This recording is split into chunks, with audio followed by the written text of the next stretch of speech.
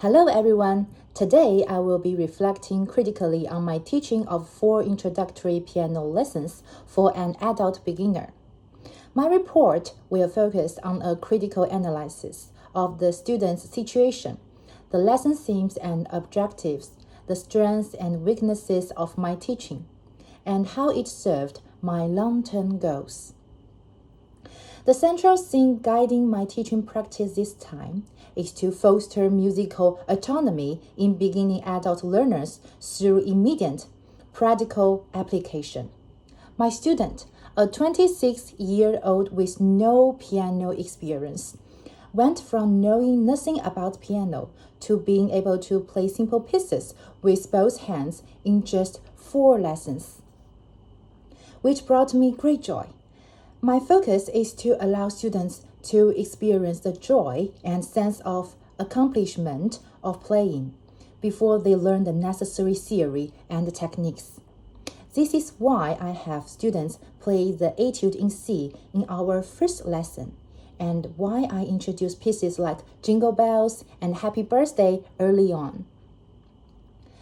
This philosophy directly shaped our teaching experience. For example, I introduced chords not as a dry theoretical topic, but as a tool for composing the harmony of Happy Birthday. This decision created a powerful interaction between the course learning and our experience. The theoretical concepts of harmony directly led to a more satisfying musical outcome, which in turn motivated students to tackle complex theory. This word behind the why of learning is crucial for adult learning. However, this practice exposed a significant misjudgment on my part. My experience with the course learning interaction diverged here. A clear failure occurred in the transition from theoretical understanding to physical execution, particularly in chord transitions. The student intellectually understood the structure of the C, F, and G7 chords, but her fingers struggled to follow, particularly in the rapid transition from F to G7. Upon reflection, the reason stemmed from my flawed assumption that explaining the why would suffice to address the how. The sequence I arranged for the course made cognitive sense, but failed to provide sufficient steps in the required physical coordination.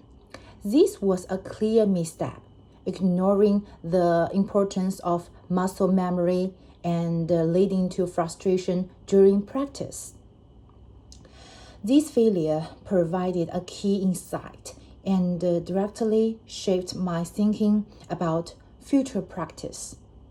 My future teaching will incorporate targeted transition exercises that are separate from the melody. For example, I will design simple exercises where students practice moving between C and G7 for just 1 minute, focusing solely on smooth hand movements before rejoining the melody. This will bridge the gap between understanding and exclusion. Additionally, I will incorporate more call and response rhythmic tapping exercises in Lesson 2 to better prepare students for the 8th notes in Lesson 4.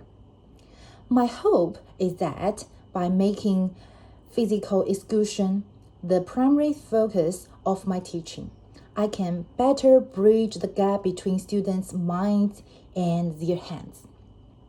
Overall, this experience was a profound lesson for me, allowing me to recognize the gap between course design and real learning experience. True critical reflection isn't just about identifying what works and what doesn't, but also about uncovering the pedagogical assumptions that lead to those results. Thank you.